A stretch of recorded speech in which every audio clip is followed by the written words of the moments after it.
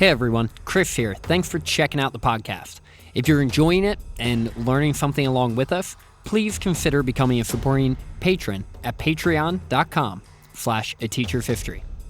Or you could leave a rating and review on iTunes. It would be a huge help. If you'd like to raise your hand and participate along with us, you can find us on Facebook, Twitter, @ateachershistory, or shoot me an email, chris@ateachershistory.com. All right, let's get on to the next episode.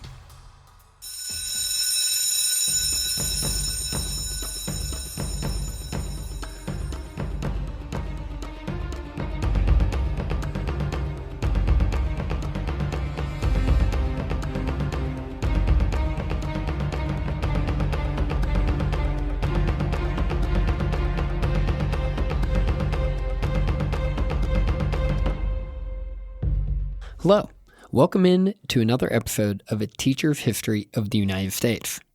Thanks so much for joining me again today. Did you know that the Marquis de Lafayette came back to the United States and reminded everyone just how awesome he was, giving a huge personal and political boost to his old friend, James Monroe? That Andrew Jackson was the first candidate in a presidential election to win both the electoral and the popular vote, and still not win the presidency. And that the final results of the election of 1824 are considered by many to be the most corrupt and unfair of any results ever in American election history. Did you know all of this? Maybe, maybe not. Get your notebooks out because today we will cover that and more in episode 114, The Corrupt Bargain of 1824. All right, everyone, welcome into episode 114. I'm excited to dive further into this. I've always been sort of fascinated by the corrupt bargain, the presidential election of 1824, and it was a lot of fun doing research on this and putting this episode together. So I'm excited to get into it. Real quick, I have a few different book recommendations. Over the past 2 or 3 weeks, I've been diving pretty deep into 3 books in particular, and a lot of the information for this episode came from them, along with other primary and secondary sources, of course. But I'll be putting these up on the website. The first one is The Era of Good Feelings by George Dangerfield. The second is a biography of Andrew Jackson, just called Andrew Jackson, by H.W. Brands. And the third is John Quincy Adams by James Traub. There are a lot of good biographies of Jackson and Adams out there. As you've probably picked up on, I'm a big fan of biographies, and you could probably pick from any 4 or 5 for each man. These are the ones I picked. I really like them. They were recommended to me by people that I trust, and so I'll put them up on the website, but I may include a couple others too that I've heard good things about. All right, so last week, we covered the Missouri Compromise and briefly touched on the idea that Congress was merely delaying further conflict over the institution of slavery. Everyone knew it, but no one acted with enough urgency to do anything about it, with Thomas Jefferson predicting that it would be the, quote, knell of the Union. But with the Missouri question answered, President James Monroe turned his attention to his second term in office, one that saw his own cabinet members begin to angle themselves for an opportunity at the presidency in 1824, men like Henry Clay, John Quincy Adams, and William Crawford.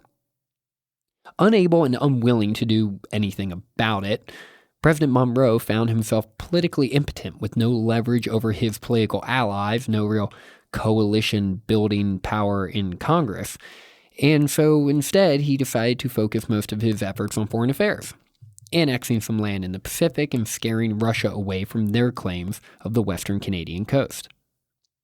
Following the Monroe Doctrine, it was becoming clear, whether Europe liked it or not, that for all intents and purposes, the Western Hemisphere belonged to the United States. And challenging this claim would create a supply line challenge that would prove to be too much, as Britain had found out. Twice. At this point, while the political landscape may not have looked too promising toward the end of Monroe's presidency, the economy certainly was. Roads and turnpikes were popping up everywhere, progress on the Erie Canal was humming along, trade was booming, and literature, art, and education were all becoming more prevalent, with Boston even opening the first high school in 1821. As we got into last episode, with Monroe making it clear early in his second term that he wouldn't run for a third, he did lose a bit of control over his own cabinet, though, as the men began to seek their own political ambitions.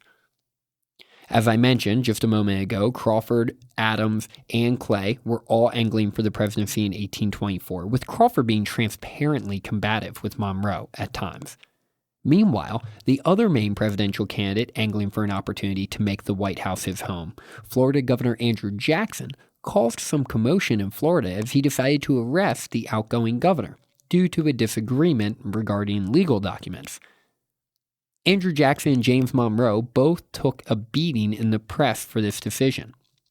With Jackson taking some heat and realizing just how hard this role was going to continue to be, the governor of Florida, he resigned.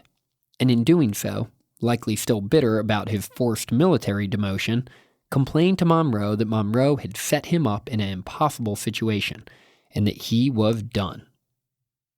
Monroe, as you know, very much admired Andrew Jackson and was personally hurt by his biting words. With his presidency coming to an end, infighting in his own administration, and division starting to make itself clear in Congress and throughout the country, Monroe was losing the momentum that he had built toward the end of his presidency, something that seems to be a trend in early American history. Monroe, scanning the political landscape, couldn't help but feel regret for how things had played out, remarking that, quote, "There being 3 avowed candidates in the administration is a circumstance which increases the embarrassment. The friends of each endeavor to annoy the others. In many cases, the attacks are personal, directed against the individual." But Monroe was able to salvage some of this and go out with a bit of a bang, thanks to the Marquis de Lafayette. Lafayette came back to the United States of America for the 50th anniversary of the beginnings of the Revolutionary War, and was particularly interested in seeing how things were going in this republic that he sacrificed so much to help create. With both Monroe and Lafayette dealing with deaths of loved ones and political careers that were in their twilight, and honestly, who better to unite a nation that was once again becoming divided than the Marquis de Lafayette, Lafayette came back to see the American people one last time, and he and Monroe shared the same hopeful outcome, that his presence would help unite the American people, just like they were when Monroe entered the presidency. So Lafayette came over to the United States, traveled all over the country. The cities threw parades and built arches for him. People waited in line for hours in the rain and the weather to see the Marquis de Lafayette. Lafayette's presence and speeches were truly a jolt to the nation. After a couple months of everyone fawning all over him, he and his son, who is named George Washington Lafayette, arrived in Washington, D.C. Congress was thrilled to see him. They put aside their political divisions and rivalries for the moment so they could embrace this American hero. Sorry, even though he wasn't American, right? This American revolutionary hero. And Monroe thought Lafayette was a sight for sore eyes. Lafayette was the last remaining of Washington's generals, and Monroe was the last of the remaining founding fathers. And the two actually knew each other very, very well during the war. They were really close, and I can only imagine how emotional it was when they were able to reconnect. Lafayette stayed in Washington for the winter, which was during the next presidential election of 1824, and then proceeded to tour the southern and northern states, eventually heading back to France in the fall of 1825. But with all due respect to President Monroe, I do think now it is time to turn our attention to that election, the election of 1824. As we've covered a couple of times, with only one political party existing, party discipline was reduced significantly. The Panic of 1819, the Missouri Compromise of 1820, reignited divisional, and to a certain extent, sectional politics all over again. President Monroe privately preferred John Quincy Adams, but for the most part, he didn't get involved in the process. He wanted to stand back and let it all play out. Since there was only one party, the nominations for the presidency did not come from the political parties, but instead from the state legislatures. The state of Tennessee nominated General Andrew Jackson. The state of Kentucky nominated Henry Clay. The state of Massachusetts nominated their homegrown son, John Quincy Adams, and some Republican congressmen in Congress nominated William Crawford. John C. Calhoun considered a run for the office, but recognizing his chances were slim to none with the present competition, he instead chose to run for vice president, wisely putting himself on John Quincy Adams and Andrew Jackson's tickets, which, by the way, was pretty curious that he was able to garner support from Adams' voters since they disagreed on almost every single major policy issue. In 1823, William H. Crawford had a small stroke, and because of his health issues, he did not factor into the election as much as, well, I'm sure he planned, or at least as much as he otherwise likely would have if he had been healthy. Now, based off of his political resume and family lineage, John Quincy Adams assumed that he would likely be the frontrunner, and even the winner of the election of 1824. And I mean, think about it. He was the eldest son of one of the most famous founding fathers. He had been minister to the Netherlands, Russia, and England, and Prussia. He was the chief negotiator for the Treaty of Ghent, which brought the war to an end, and a war that many Americans still believe they won. And he had been Secretary of State. That's a really impressive resume. John Quincy's biggest problem? He knew it was a really impressive resume. And because of that, he decided that, well, he didn't really like to run for office. And in the past, he wasn't much good at it, and he wasn't going to put a lot of effort forth this time either. He spent very little time making his case for the presidency. And honestly, with, as I mentioned, a resume like that, you would think he shouldn't have to. But as reports of the votes were being counted, it became clear that John Quincy and his supporters, that it may have been a good idea for him to have done some campaigning. Now, traditionally, candidates didn't do campaigning at this time. Usually it was their surrogates or their allies going out and doing the campaigning for them, but that doesn't mean they can't personally get involved in the process. But as the votes were slowly being counted, it was obvious that John Quincy and Andrew Jackson were the frontrunners, but that it was likely going to be decided by the House of Representatives. And I'll get more to that in just a moment.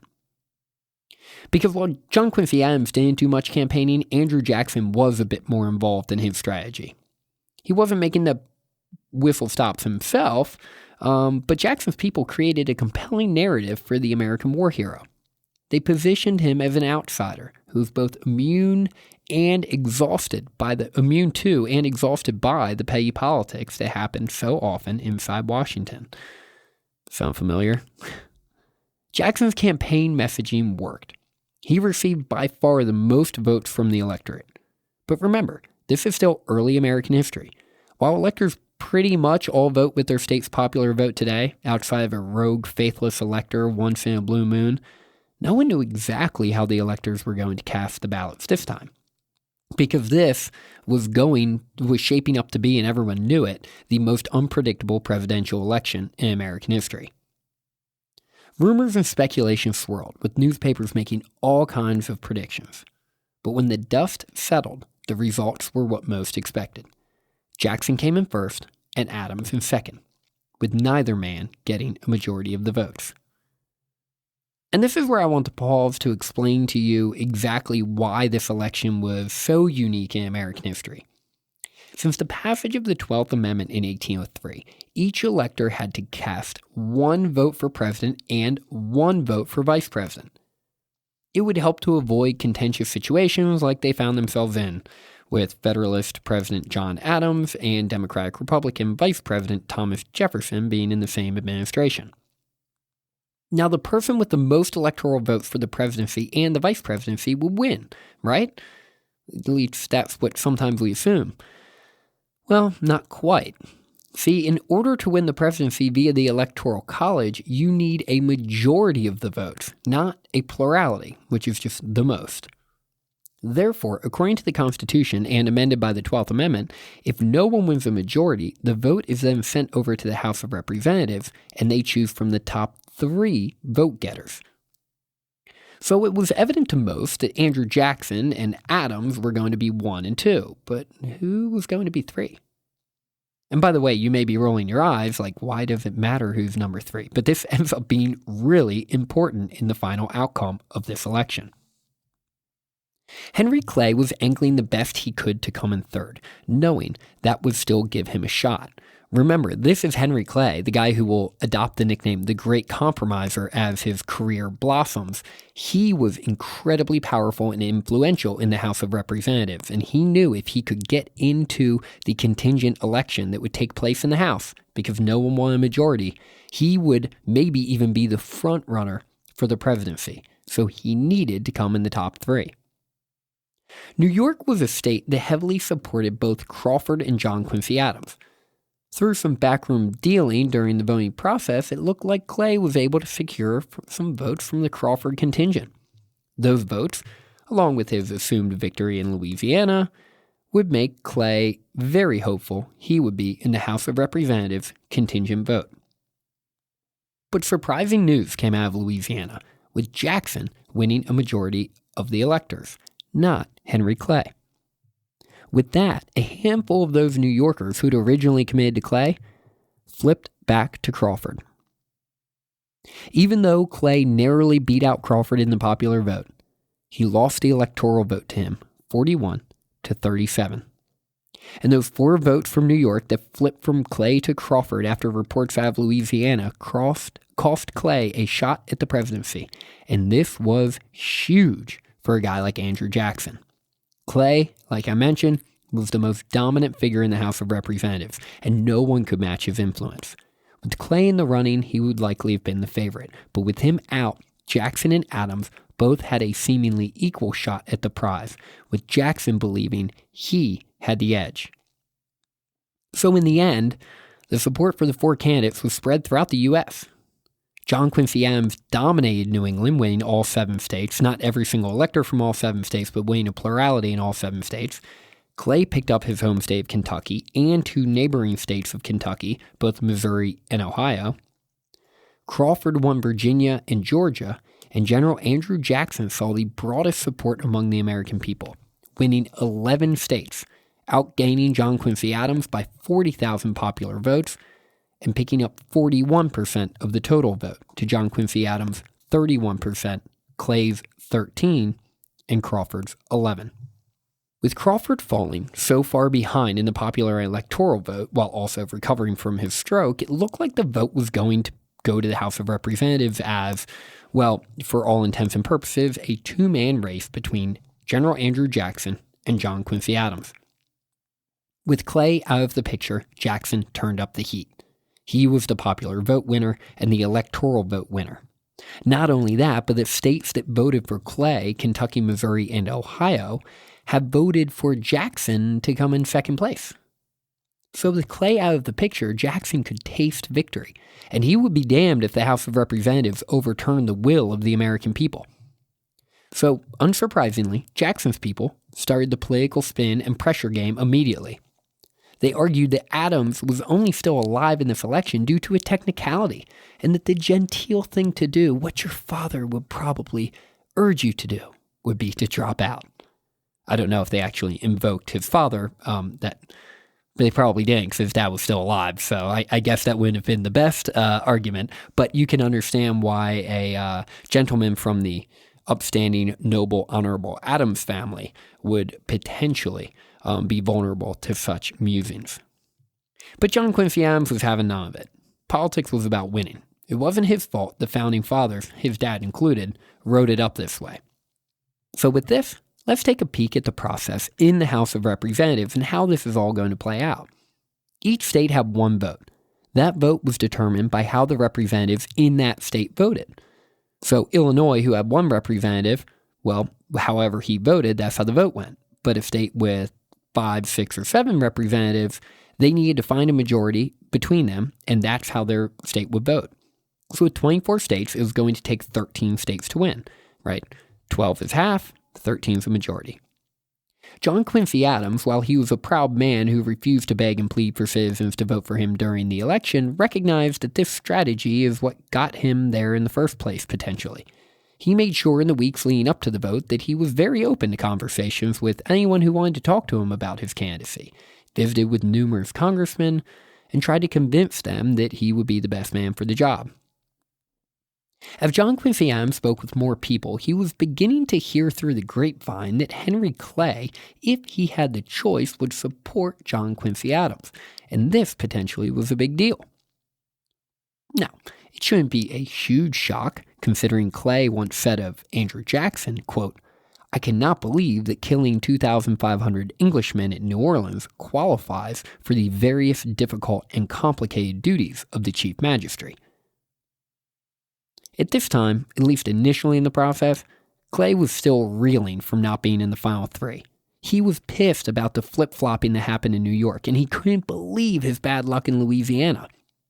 Clay wrote to a friend that he had lost a Louisiana vote because, quote, "2 of my friends in the legislature were overset in a gig the day before, and thereby prevented from attending. 2 others who were expected did not arrive. Accident alone prevented my return to the House of Representatives, and, as it is generally now believed, my election." So it looked like while Henry Clay wasn't in play for the presidency, he was still going to influence the results. And while he really didn't like Adams or Jackson, he was slowly coming around to the idea of President John Quincy Adams. This was a big deal. The state of Kentucky was up in the air, and it was Clay's home state. While Kentucky had a huge contingent of Jackson voters and their people certainly would want Jackson over Adams, word began to spread that the representatives of Kentucky themselves would be willing to vote for Adams anyway. If, of course, it benefited their boy Henry Clay. Like by giving him a role in the administration, maybe? And look, to be very clear, John Quincy Adams, from what we can prove, made no promises, but we'll sort of go through the timeline and you can see how things were potentially lining up for Adams to take the presidency and Clay to get a significant role in his administration. Because Clay, during this time, he was really enjoying the power he was able to wield in potentially single-handedly deciding the presidential election. Clay commented that, quote, "As between the 2 evils remaining, Jackson would give the military spirit a stimulus and confidence, which could lead to the most pernicious result, whereas Adams would leave America's institutions as he found them." After some long thought, Clay determined he was going to support John Quincy Adams, but he was going to make sure he made it worth his while.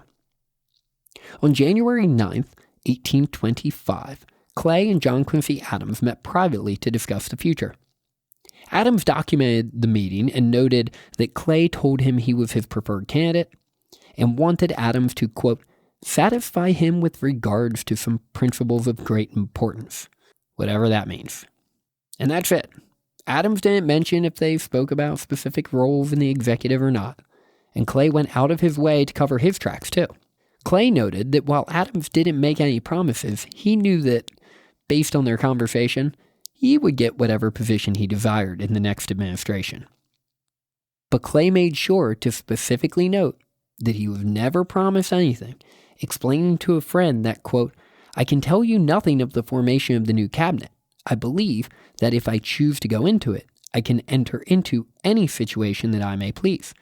This opinion is formed from circumstances, not from assurances to which I would not listen, but which I should instantly check, if attempted to be made."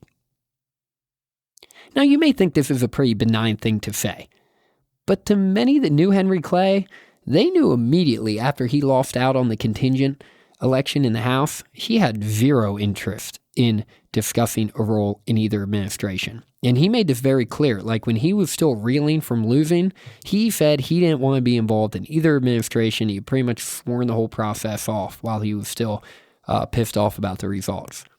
But now, after meeting with John Quincy Adams, he said not only was he open to a position in an administration, but he was confident he would get one. Lastly, remember when Monroe became president and tabbed Clay for Secretary of War? Clay was insulted. Who wants to be Secretary of War when there was no war to manage, right? Clay wanted Secretary of State, and everyone knew it. And look, people began to put 2 and 2 together. Clay is now open to a position in the administration. He was favoring John Quincy Adams. He had a huge amount of influence in the House and publicly declared 8 years earlier he had a desire to serve as Secretary of State. And while none of this could be proven, there's no smoking gun, it seemed to line things up really well for John Quincy Adams and Henry Clay to work out a deal between them. As long as Adams made it clear that he and Clay were seen eye to eye, privately, of course, even without any specific promises, he could be hopeful that he would be able to land Kentucky, Missouri, and Ohio with Clay's support. 3 states he lost to when running against Andrew Jackson in the general, right? These are the 3 that Clay won. Well, Jackson came in second in all of them. And hell, John Quincy Adams didn't even receive 1 vote in the entire state of Kentucky. So Clay could have a huge influence here.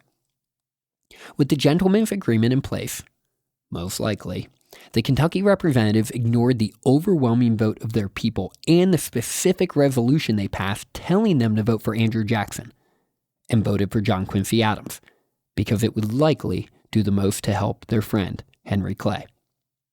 This was technically allowed, but man, it was not a good look. Thinking that the South and West would still join together and vote for Jackson, though, Adams wasn't allowing himself to get too excited. With the election just 2 weeks away, word began to leak out that Clay and Adams had come to some kind of deal, and they were influencing the election toward Adams. An anonymous letter in a Philadelphia newspaper said that John Quincy Adams was going to give Clay the role of Secretary of State if Clay could influence the votes his way. This is around the time this deal, potential deal, that was being worked on became known as the corrupt bargain. And by the way, this pretty much reinforced much of what Andrew Jackson ran on. He was always railing against the corrupt, selfish, moneyed interest in politics, and here it was playing out right before his very eyes, costing he and his supporters a presidency. I mean, you can't get much more validation than that.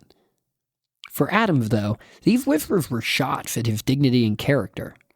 I mean, he is the firstborn of one of the most honorable families in American history. They implied that there was another side to John Quincy Adams that most don't see and really don't want to see. Obviously, Adams was embarrassed by all of this, but Henry Clay was furious. Clay declared, quote, "I pronounce the member, whoever he may be, a base and infamous calumniator." That's it, calumniator. "A dastard and a liar, and if he ever dare unveil himself and avow his name, I will hold him responsible to all the laws which govern and regulate the conduct of men of honor." It was at this point Clay and Adams met again in private, but this time, according to Adams, Clay did not hold back and just said exactly what he thought and what he wanted. Now that the cat was out of the bag, so to speak, there was a good chance, while this wasn't articulated through notes, but there's a good chance that Clay made his desires to be Secretary of State quite clear to Adams. Knowing how bad this looked, John Quincy Adams tried to get out in front of some of it, asking Monroe to make nominations for ministerial posts before he left office, so that way John Quincy couldn't be accused of handing out more political favors, because if he gave Clay Secretary of State, then pretty much everything he gave out or every position he appointed people to would be seen through the same lens. But unfortunately for John Quincy, President Monroe was refusing to get himself involved and unwilling to do so. In the days leading up to the final vote, a handful of states still looked like they were up in the air.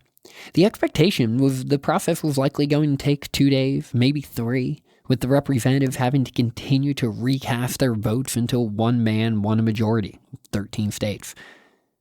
And just to give you a glimpse of how stressful this all was for some of the representatives, I want to tell you a specific story of a poor New York Representative Stephen Van Rensselaer. As James Traub details in his biography on Adams, Van Rensselaer was struggling with what to do. He was pledged to Adams, but personally preferred Crawford. On his way to the Capitol, Van Rensselaer realized that he may very well represent the deciding vote, pressure that he just could not handle at this point in his life. On his way into the chambers, he ran into Henry Clay and Daniel Webster, who put the full court press on Van Rensselaer to vote for John Quincy Adams. for a vote for Crawford was, indirectly, a vote for Andrew Jackson. What happened? Well, Van Rensselaer was so overwhelmed, he broke down and started crying. He couldn't handle the pressure. Martin Van Buren, the political wizard who held more influence in New York than anyone else, who also was a Crawford-Jacksonian guy, got Van Rensselaer to commit to not voting for Adams on the first ballot. In Van Buren's mind, this would potentially force a deadlock and hopefully lead to a Jackson victory down the road. But at the last second, literally, Van Rensselaer voted for John Quincy Adams. Not that it really mattered, though. In the final vote, it was announced. Actually, I'm sorry, excuse me. It did matter because while the final vote was 13-7, right? So Adams clearly beat Jackson, but you needed that number 13 to win the majority. So, excuse me, it was extremely important. Adams still would have had more states than Andrew Jackson, and the deal was that Van Rensselaer was going to vote for Adams the second time, so it may have ended up the same. But with that, Adams found a way to basically double his states, winning all 3 of Clay's and 3 more than he did the first time around, and win the contingent election on the first time through, which meant that you didn't have to deal with any more backroom political wrangling. When Adams received somewhat surprising news of his immediate victory, he was beyond relieved. He wrote to his father that it was, quote, the most important day of my life. Shortly after the election, at a party thrown by President Monroe, both Adams and Jackson were in attendance, with some anxiously awaiting the social fireworks. Jackson's passion and temper were well known by this point in American history, and people knew he would not be pleased with how this all played out. But, by all accounts, Jackson put on a good showing. He shook hands with John Quincy Adams, wished him well, and was both kind and courteous. But privately, Jackson was furious. He knew political chicanery when he saw it, and he couldn't believe he had lost the highest office in the land because of some corrupt, self-serving backroom dealings. And while there was no smoking gun, there's no objective factual evidence, and still isn't, of any quid pro quo between John Quincy Adams and Henry Clay, Henry Clay was almost immediately offered the position of, wait for it, Secretary of State, and didn't hesitate to accept. Jackson, when hearing the news that he believed confirmed his suspicions, was beside himself, venting that, quote, the Judas of the West, which would be Clay, has closed the contract and will receive the 30 pieces of silver. His end will be the same. From this point on, and this is something we will cover in more detail in future episodes, Andrew Jackson was going to make it his primary intention to not allow something like this to happen again. He knew he should have been president, and he knew the American people overwhelmingly wanted him to be president, and he couldn't believe he lost to some ridiculous political process that was likely, in his mind, a corrupt one. Andrew Jackson will dedicate the next 4 years of his life to taking what was his, and for all intents and purposes, Andrew Jackson began campaigning for the election of 1828 the moment he lost the election of 1824. With John Quincy coming into the presidency officially now, James Monroe prepared his exit. A month earlier, Monroe had given his last public address, reminding the American people how great of shape the United States found itself in, while also sort of reminding everyone how well he did as president. On New Year's Day, during the height of the election drama, Monroe went to a congressional banquet and received a standing toast and ovation from Congress, something that surprised him and made him incredibly proud and emotional. Personally, like some before him, he found that the role was a financial sacrifice for he and his family. He had put duty and country over himself, falling more than $75,000 into debt. Because of this, he had to sell his plantation near Charlottesville and retired quietly to his other plantation, Oak Hill, in Aldie, Virginia. As you pack up your things, I would like to take a moment to say goodbye to our fifth president, Mr. James Monroe. While Monroe, like others before him, had a very complicated history with slavery, His service and contributions to the growth and progress of the United States can't be denied. Many historians rank Monroe in the above average to good categories when it comes to ranking presidents. And while I'm not a big fan of comparison, I usually think it's not too valuable of a exercise. Specifically here, I would probably agree. Monroe's ability to help spur the economy to never-before-seen success while also galvanizing the American people into never-before-seen political unity should not be ignored. He helped settle numerous sectional boundaries, of course with the assistance of his great Secretary of State John Quincy Adams, added the state of Florida, and spurred more expansion west by helping to engineer the Missouri Compromise of 1820. The Panic of 1819 and the divisional political infighting in his own cabinet certainly limited his effectiveness, especially in his second term. But overall, he made Americans proud. More than anything, though, the election of 1824 represented a new era in American politics and American history. Monroe was the last of the Founding Fathers, and his and Lafayette's farewell tours reminded many Americans of the incredible progress they had made in the last 50 years and gave them a lot to be proud of. But it was time for the next chapter of this American story, and John Quincy Adams was going to usher in a new generation of American political heavyweights. Literally a new generation. Adams, Jackson, Clay, and Calhoun aren't going anywhere, and I'm excited for our episodes coming up where we'll see how this all unfolds. Thanks for listening, and hopefully now you can take pride in knowing just a little bit more about the history of the United States. Class dismissed.